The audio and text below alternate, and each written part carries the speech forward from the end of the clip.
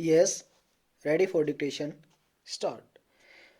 All living things that live on this earth come under the environment stop. Whether they live on land or water, they are part of the environment stop. The environment also includes air, water, sunlight, plants, animals, etc. Stop. Moreover, the earth is considered the only planet in the universe that supports life stop.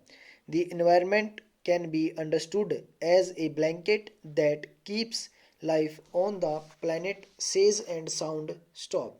We truly cannot understand the real worth of the environment stop, but we can estimate some of its importance that can help us understand its importance stop.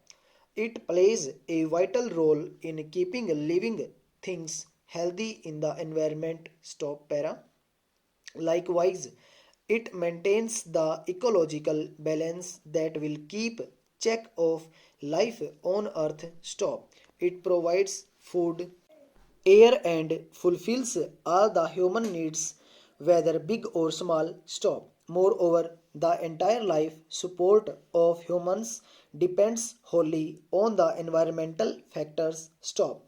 In addition, it also helps in maintaining various life cycles on Earth. Stop. Most importantly, our environment is the source of natural beauty and is necessary for maintaining physical and mental health. Stop. The environment gives us countless benefits that we can't repay our entire life. Stop as they are connected with the forest, trees, animals, water, and air. Stop. The forest and trees filter the air and absorb harmful gases. Stop. Plants purify water, reduce the chances of flood, maintain natural balance, and many others. Stop. Moreover, the environment keeps a close check on the environment and its functioning. Stop. It regulates the vital systems that are essential for the ecosystem. Stop. Besides, it maintains the culture and quality of life on earth. Stop. The environment regulates various natural cycles that happen daily. Stop. These cycles help in maintaining the natural balance between living things and the environment. Stop. Stanza.